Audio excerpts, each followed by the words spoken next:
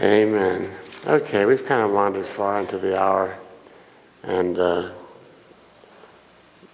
just let me ask, how many people here are familiar with a chap named Dwayne Elgin? Does that name ring a bell for anybody? I ran into Dwayne 25 years ago. He wrote a book called Voluntary Simplicity. Huh? One of the first to begin to shine some light on the unsustainability of a value system that most of us have bought pretty deeply into.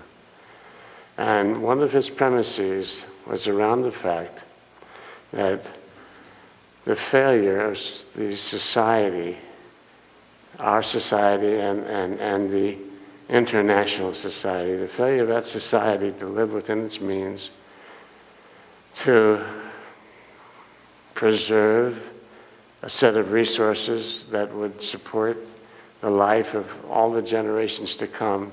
In the tradition of our Native American culture, for example, when they made their decisions, they always took a look at how it was going to impact on 6 or 7 generations down the road. They would actually bring that into the discussion.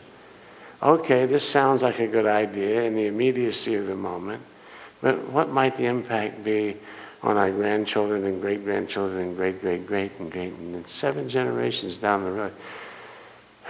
That's caring. That's what I look at as really caring for each other. And not just the present ones, but acknowledge the inevitability that there will be people following us down the road of life that are going to have to deal with the impact of the decisions that we make. And Dwayne says, you're making a whole bunch of decisions that are not sustainable. You're going to have to get a hold of the idea of simplicity sooner or later. And simplicity, as it boils down, turns out to be a spiritual issue. It's not a behavioral thing, because behavioral follows idealisms. The ideas you walk around with determine the behavior, he said. And you're going to, if you're going to behave in a certain way, that must come out of a certain set of ideals that impel you to make these choices, behaviorally speaking. And we simply haven't been taught that there's any grace in simplicity. Our whole ideal is in the other direction. Think about it for a moment.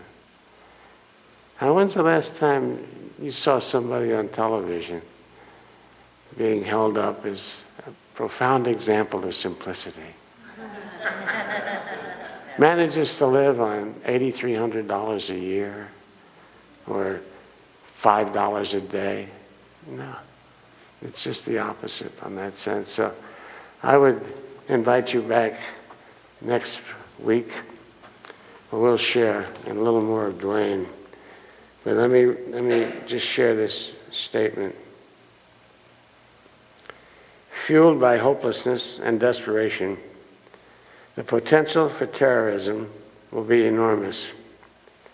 Will my words in this article be sadly prescient as well? I hope not. I am writing to say to you, we can't go on like this, and why we can't heal our dysfunction. We can't heal our dysfunction unless some things change, some profound things change. Why we behave the way we do. It must be clear to even the most casual observer of human nature that beliefs create behaviors.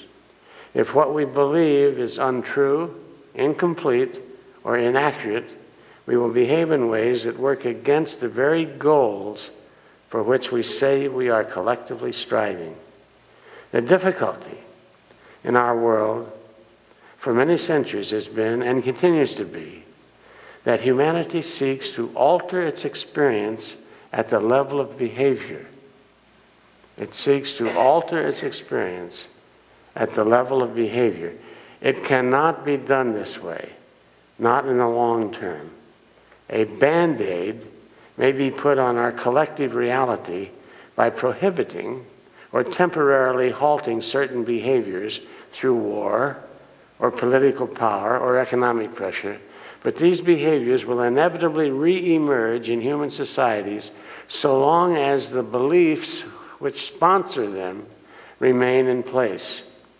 Nowhere is this more painfully evident than in the Middle East, and particularly in the never-ending struggle between Israel and the people of Palestine. There and elsewhere, we have proven over and over again that neither bombs nor votes nor coins ultimately cause or change behavior. Beliefs do.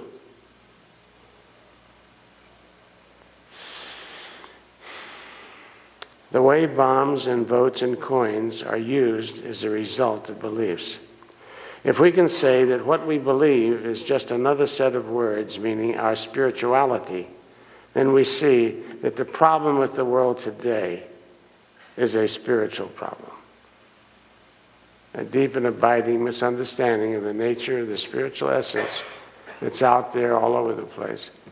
And the fact that the vast majority of spiritual institutions representing the words of the prophets have failed in their capacity to bring a true and urgent message of the essence of that spiritual idea into the hearts and minds of the people who are embracing their religion. So he makes a compelling argument that the problem is that religions just haven't gotten it, and they're not teaching a belief system that will, out of which will emerge a new set of behaviors. Okay?